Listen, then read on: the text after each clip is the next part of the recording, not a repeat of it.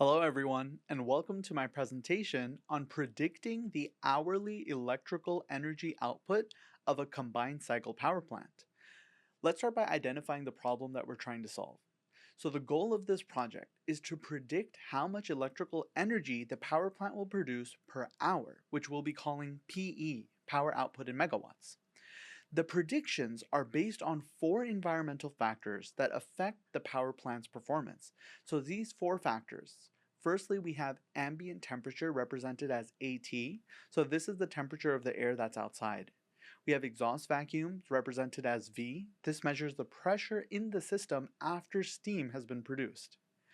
Ambient pressure represented as AP. This is the atmospheric pressure that's outside. And lastly, relative humidity, RH. This is how much moisture is in the air.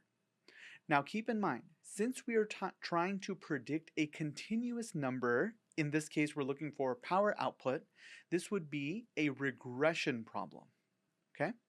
All right, let's get into it. So to solve this problem, I considered two widely used regression algorithms. There's linear regression, it's a basic algorithm, tries to draw a straight line through the data to best match the relationship.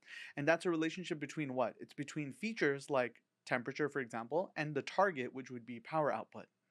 The other type of linear regression, or the other type of regression I considered, was random forest regression. Now, this is a more complex algorithm that builds many decision trees and averages their results to make better predictions, especially in a nonlinear relationship. All right, let's do an overview of the data. So please go ahead and take a look at this. So the data we're working with, it consists of 9,568 rows, where each row represents the environmental readings for 1 hour at the power plant. So for every hour, we have values for all the four factors we discussed: AT, V, AP, and RH. PE is the power output measured in megawatts, so please keep that in mind. So looking at the summary statistics, we can see that ambient temperature, AT, ranges from 1.8 degrees Celsius to 37.1 degrees Celsius, which represents different weather conditions. Power output, PE, is ranging from 420 megawatts to 496 megawatts. Our goal is to predict this value as accurately as possible based on the environmental factors. So before building the model, I also checked the data to make sure that there weren't any missing values.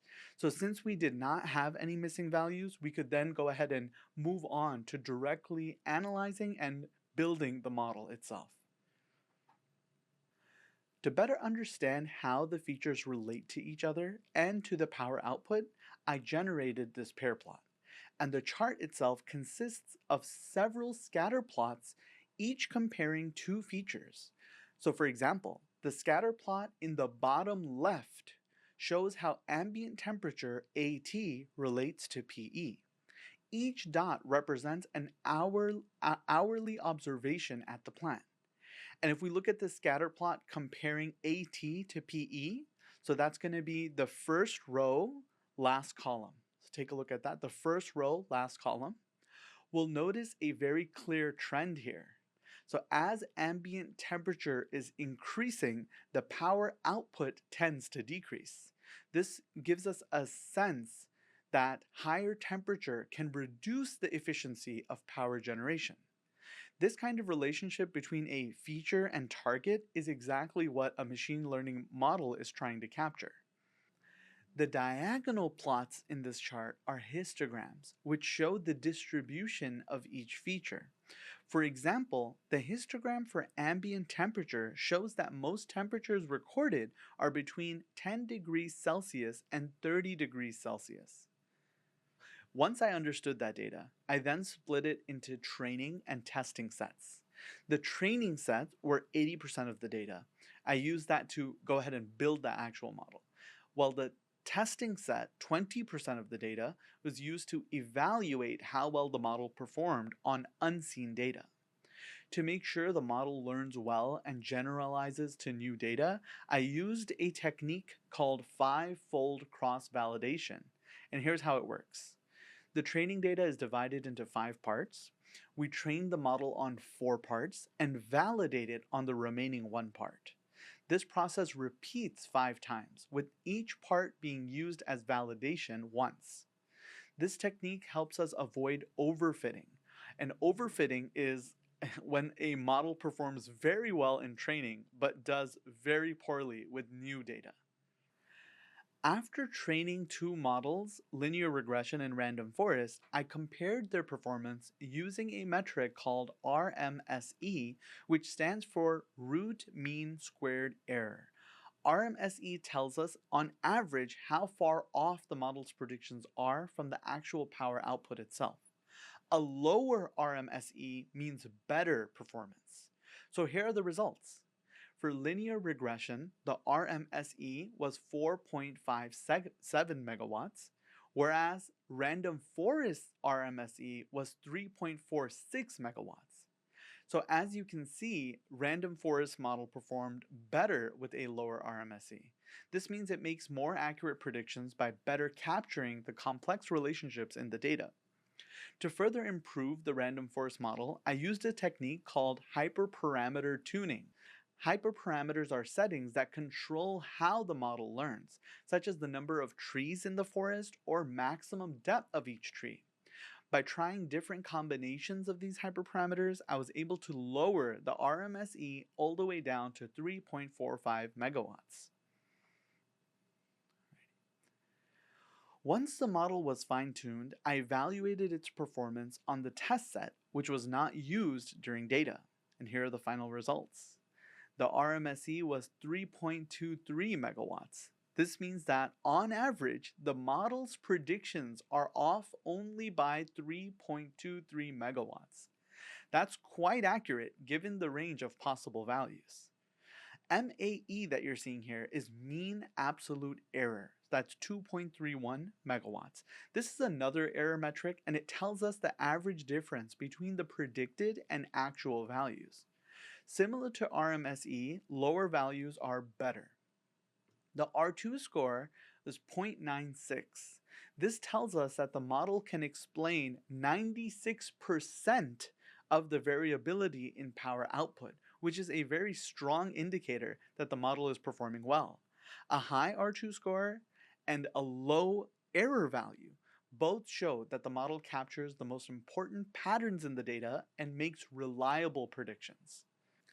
Now let's go ahead and look at which features had the most influence on the model's predictions. So this bar chart that you're seeing here shows the feature importance from the random forest model itself. The longer the bar, the more important that feature was in predicting the power output. And as you can clearly see, ambient temperature AT is by far the most important feature, contributing to almost 90% of the model's predictions. This means that changes in temperature have the biggest impact on power output. Exhaust vacuum, represented as V, comes next with a small but still significant contribution, while ambient pressure, AP, and relative humidity have relatively minimal influence. This makes sense because temperature and pressure have more direct effects on the physical process within a power plant. Alrighty. Next, I analyzed the residuals of the model to see how well it predicted power output. In this plot, the x-axis represents the predicted power output from the model. The y-axis represents the residuals, which are the difference between the predicted and actual power outputs. The red dashed line is at 0, meaning a perfect prediction. As you can see, the residuals are scattered closely around the 0 line. This shows that the model's errors are small and randomly distributed. It's not over or under predicting power output. This is a very good sign, and it's a sign of reliability in the model. Now let's go ahead and take a look at the code that was used in order for us to achieve this. It might lag a bit because there's quite a bit on screen, but I'll start from point number 1 and just talk our way through it. So what we do here is import necessary libraries for data manipulation. You can see the libraries there. We load, point number 2, load the data set from the CSV file into a data frame.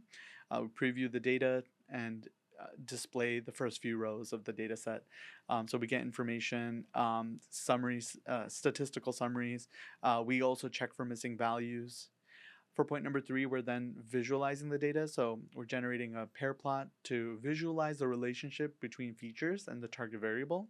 We create a correlation heat map to show the strength of relationship between variables. We define features in point number 4. So you can see select features are AT, V, AP, and RH, the target variable being PE, which is the power output. For point number 5, we're simply splitting the data. As we mentioned, there was an 80-20 split, so you can see that taking place here. The training set is used to build the model, and then the test set is used to evaluate its performance. For point number 6, we're doing the k-fold cross validation. So we mentioned the 5-fold cross validation. So it's simply splitting the training data into 5 parts, and as we mentioned, 4 of those parts are used for the training, and then the remaining one for validation, and repeating that 5 times. For point number 7, we have the regression model itself. So first initializing the linear regression model, performing the cross-validation, and calculating the average RMSE. Remember, that's the root mean squared error to evaluate the model's performance itself. Point number 8, we're doing the same thing for the random forest model, initializing it, and then calculating the average RMSE for it, comparing it then to the linear regression model itself. Then we talk about refining it further, so that's point number 9. So tuning the GridSearchCV, we set up a grid of hyperparameters for the random forest model, and we included the number of trees, that's the n underscore estimators that you're seeing there, as well as the tree depth as well. And minimum samples per split, that's min underscore samples underscore split. Again, using the GridSearchCV to find the best combination of the hyperparameters by testing different combinations through cross-validation. And then we have point number 10, so that's training the best model. So after we found the best hyperparameters, we then trained the random forest model on the training set to use the best combination, or using the best combination. Next, we have predict and evaluating the model. So here we use the trained model to predict power output on the test set. So calculate evaluation metrics, the RMSE and the ME, the R2 score that we had mentioned. These are all showing how well the model is performing. Right? It also explains variance, explains the variance as well. We have point 12, which is feature importance. So we calculate and display the importance of each feature in making predictions, visualizing feature importance using bar charts. Then we, for point number 13, last but not least, calculate residuals. So this is the difference between the actual and predicted value. So we plot them to check for any bias in the model, and the plot shows how well the model predicts the power output across the test data sets. In conclusion, I successfully built a machine learning model to predict the hourly energy output of a power plant using environmental data. And the random forest model was by far the best performer because it achieved a very low RMSE of 3.23 megawatts and an R2 score of 0.96. So this model can help power plants optimize their operations by predicting energy output based on current environmental conditions, leading to more efficient and cost-effective energy production. Thank you very much for your time.